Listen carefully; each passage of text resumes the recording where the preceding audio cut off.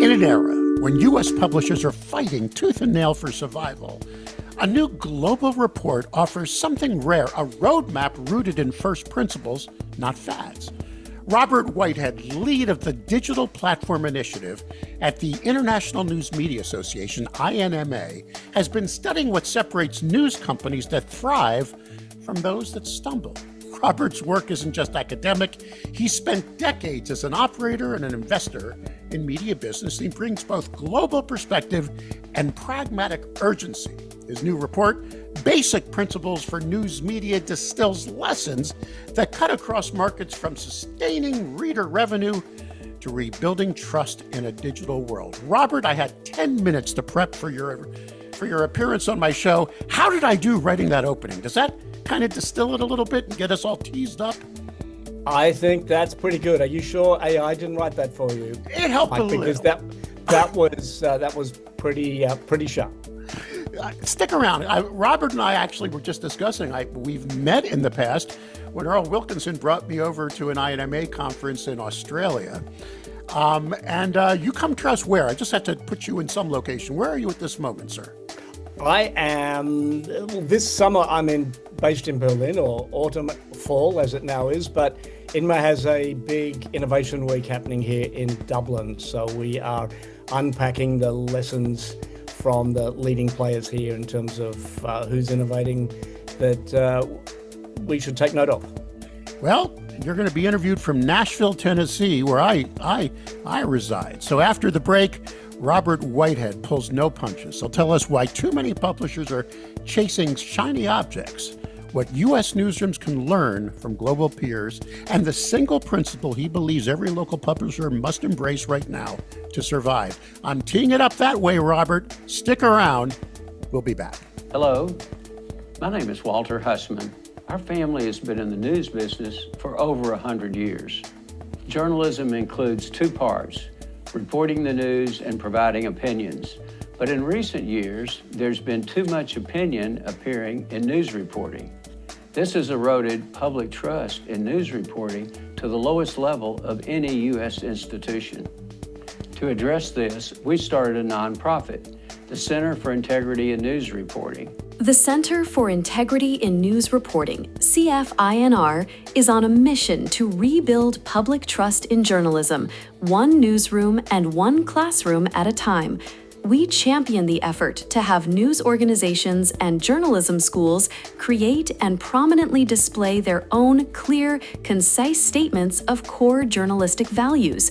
Learn more by visiting the Center for Integrity and News Reporting site at cfinr.org. Robert, let's start with the basics. Why did INMA feel this report was needed now, and what do you see as its most urgent message for publishers today? Well, Mike, there's three things happening globally, and I know you've spent the last couple of episodes really focused on some of the challenges for media in the United States, but the challenges are global. And they are amplified by the fundamental change with the introduction of this extraordinary thing, a general purpose technology that probably is going to rate up there with electricity in terms of the impact on society. And that is affecting news media from the beginning to the end of the process, and everyone else who would like to be in news media or would like to be a commentator or a news influencer or any other kind of creative. And then we've got this political dynamic that comes in. In some countries, it's not very cool to be a professional journalist. So we're going to go back to basics and remind people that journalism in all its forms, as long as it's rigorous and sticks by a code of conduct that is ethical and balanced, all its forms need to be preserved as a cornerstone of this incredible, fragile thing called a modern democracy. All right, you've written that many companies are chasing trends instead of building on core principles. What's the danger of let's call it a shiny object syndrome? Define that for us, and why is that dangerous? Well, I think shiny object syndrome actually really goes back to 2010. Possibly the arrival of the iPad turned the arrival of the iPhone into a frenzy, and we have played catch up the whole way through. The things that I'm wearing in my ears at the moment, seamlessly integrated Bluetooth AirPods changed the way people consume audio, for example. We've had a lot of steps that have worked. We've had other things that have been money down the drain in terms of publisher and owner investments. So what we're trying to do is bring it back to what is the form of journalism and our content, if I can use that phrase more broadly than capital J journalism, that needs to be delivered for audiences today. It's not our journalism that's necessarily in trouble. We're not reaching people because we're not giving it in the format or the time of day. And we can embrace some of the technologies as opposed to the shiny objects. We have awkwardly pivoted to screen-based electronic delivery. And that's probably going to change again. Our cost base is going to change again with generative AI. And possibly as soon as early next year, we might have to really focus on other delivery mechanisms. Google's got all sorts of challenges. We're not getting the referral traffic from social media anymore. So what happens to media when we need to reinvent how we distribute everything? So it's not about the gadget, it's the know-how and the workflow that goes with that. Let's talk top line now. Your report emphasizes, like we've seen everywhere, diversify revenue models. What practical steps can you give us here for local and regional U.S. publishers to reduce over-reliance on programmatic ads or just place and print, ads for their advertisers? Well, I think it's super interesting that we've now worked out that we've got to do more work together as an industry, and not just the news media industry, but other content providers. We need to collaborate. And what we call the networking effect is basically forming alliances with other people with traffic. Now, you're seeing that in podcasts as crossover episodes in podcasts, and I know you do some, Mike, where you invite someone else in and they bring their audience with them. The same thing is happening with newsletters. The same thing is happening in some countries in Europe where people are introducing entry-level subscriptions, just a handful of articles from a whole bunch of brands, but it's a different price point. And if you're interested, you can then upgrade to a full price subscription. Being really lateral about the networks that we sit in and reducing that over-reliance on search and social, particularly as AI browsers are going to fundamentally change how people view what we have seen as our homepage and our home screens on the mobile devices. Recently, we got a study from Medill, basically showing that in one of their regional studies that the average person in North America, actually, the average percentage of people that will pay for news and go through a paywall is 15%. In a world where truth to power is massively important right now, influence of your message is massively important. Are we relying too much on reader revenue? Is reader revenue working? What are you seeing when it comes to the pay for the content model? And are people pushing through those paywalls, at least what you're seeing? A super interesting question, and the answer might not be one that you expect, Mike. If, as you can see in this basic principles document that INMA's board has just released, we are interested in putting journalism's DNA front and center in the business models that support our democracy, we need to understand exactly how that comes together. There is no question that if we make our content inaccessible, let's say there's a high price point, that actually works against getting our content into the hands and eyes and ears and minds of as many people as possible. So working out the balance is super important.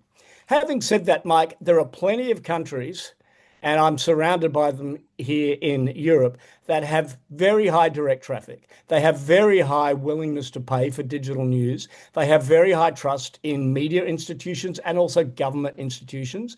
And they also embrace a different kind of journalism, which in various countries is known as constructive or positive journalism, where instead of attacking every single thing that might be moving, which is very easy to do as a journalist, of course, and we all want to win the Pulitzer Prize, we can also go for different storytelling styles that explain victories and successes and balance what's happening in society. Because if you look at one of the other stats in the United States, news avoidance, of course, is one of those statistics that we can't avoid.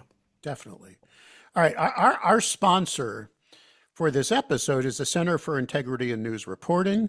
It's nothing more than an organization that is investing tons and tons of energy and money in trying to get publishers to post core values, to elevate more trust in the content, separating opinion from enterprise journalism.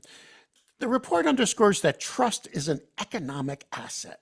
What concrete actions can we in the U.S. take to build more trust and monetize it?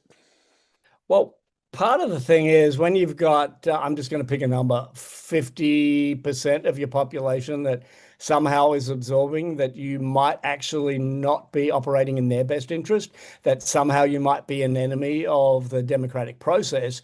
We've really got to go back to basics on this, and we've got to explain what journalism does. And it doesn't matter whether you are left-leaning, centrist, or right-leaning. 200 years of big brand journalism has always had owners that have skewed one way or the other. It still exists very obviously in the Western world today, and people can make a choice about what kind of journalism they want. It's not about saying that you have to be straight down the middle and give everyone equal time, because sometimes giving people equal time when they are completely convinced that the earth is flat is actually not good journalism, and it's actually not a sensible civic conversation. So it's fine for people to have a lane, but when you find your lane, you will stick to ethical principles, and we need to explain that. I mean, there's lots of tactics being deployed in the US that are very familiar in Europe, and that is about introducing transparency to the news process. What happened with that assignment? Why did we put that person on it? How was it selected? Lift the veil on that particular process so that it's not some mysterious black box that somehow feeds into these theories that media is just interested in its own business. We are interested in the business of journalism, and you cannot have successful journalism if you don't have a successful business model. All right, if you had to pick one non-negotiable principle for publishers to prioritize over the next year or two, out of this study and out of what you guys have uncovered at the INMA, what would that be? Hyper differentiation is the era that we're moving into. So, just very broadly, Mike, we're moving out of the search era.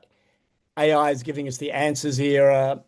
Next year, you'll hear lots about the action era, which is what agentic AI will do, where consumers and companies actually get a whole bunch of processes automated to improve people's lives, support helper bots as it were. So in the action era, what is news going to look like? And how do we make certain that we've got all our bases covered in a way that defines who we are, what our brand experience is, not just what our brand is. And by that, I mean brand experience is making certain that the whole package, the whole shebang, from what the price point was, did you enjoy reading the article, are the fonts luxurious? On mobile devices, for example, it's super hard to tell one media brand or one social influencers brand from another because everything is converging. Broadcasters and radio broadcasters and podcasters now have digital products that all look like institutional media.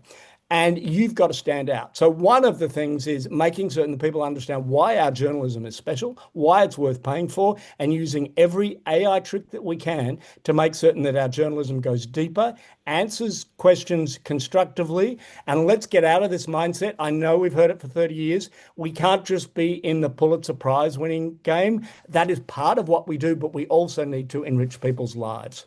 I go on stages here in the US, Robert, and I'm always asked, what's the secret sauce? I mean, what should we be doing to find that sustainability? What am I missing? And whenever we write about a successful media property, they've done two things properly. One, good journalism. Go back to the basics, and I think I'm hearing that from you at Permeate.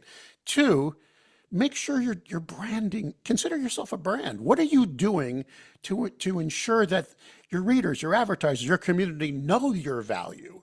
And are you instilling it in them? I'm hearing that they want to sign up for what you stand for, that they are that they're attracted to you, they want to be part of it. And that is taking the brand into the brand experience so that they really get a good feeling every time they've visited. They look forward to coming back. They actually open the links when you've sent a notification or an emailed newsletter, and they feel that their lives have been improved by spending some time in these experiences. If we just do long form 10,000 word journalism, as some people do, and we ignore the fact that there's a whole bunch of viewers and listeners and readers that consume their content in totally different formats, then we've misunderstood how you meet user needs, first and foremost. We've got journalism that can be reformatted. We've got visuals that can be reformatted. Generative AI, when it's narrowly focused, can be a highly reliable source of reformatting. One of the things we need to learn as an industry, which is one of the things that INMA is leaning into, is working with the large language models and some of the software providers that sit on top of those foundational models to ensure that quality journalism is compensated for not just the training, but what is frequently more important is the use of up-to-date information in what's called the grounding data. So we know that OpenAI very soon is going to open its own answer engine. So its response to Google search, and defined by its own parameters, not necessarily the historic ones that Google has been scraping for 28 years. And it's super, super important that we work with all those emerging tech platforms for them to understand the role of journalism. I use an example here in Europe that is well understood. When you download a new app in the Apple ecosystem, it gives you a prompt, ask the app not to track me. Now, that sounds very good. It sounds like it's a privacy-first initiative that really should be helping the consumers. It's actually helping Apple. We know when it was introduced, it had a huge impact on the advertising revenues of Meta. It also has a huge impact on publishers and our advertisers and commerce partners because of the way that workflow works in that particular Apple prompt, it is biased towards Apple's outcome under the guise of doing a fabulous thing for privacy and consumer data protection. But in fact, it's hurting one of the ways that we monetize our business model, monetize our journalism, so we can pay for the stuff. Apple's out for Apple, there's no question. That might change. That might change, Mike. And I think even though we've got this very different dynamic between Washington, D.C. and Brussels, many of the biggest cases that are being brought in courts in Europe against the tech platforms, most of which, but not all of which, are American companies, are actually prosecuting the same themes that the Department of Justice and the FTC are prosecuting in the United States. So it's not as if these things around antitrust issues have been made up by Brussels. Brussels is on the warpath about app stores, self-preferencing. It's not just a Google or Apple issue. It's right across the tech platforms that are using the laws that in a way that preferences their businesses rather than helping us deliver journalism. The report's called Basic Principles for News Media. I understand it's free. You do not have to be an INMA member to access this report. You have to register at least to get to it. But we're going to provide a link to it here. So if you're tripping on this episode on a podcast platform, please head to editorandpublisher.com/vodcasts. Get to this episode. You'll find the information you need. Our guest is Robert Whitehead, lead of the Digital Platform Initiative at INMA, the International News Media Association. Robert, thank you for your time. Thank you for your insights. We'll be staying in touch. Thanks, Mike. Great to chat.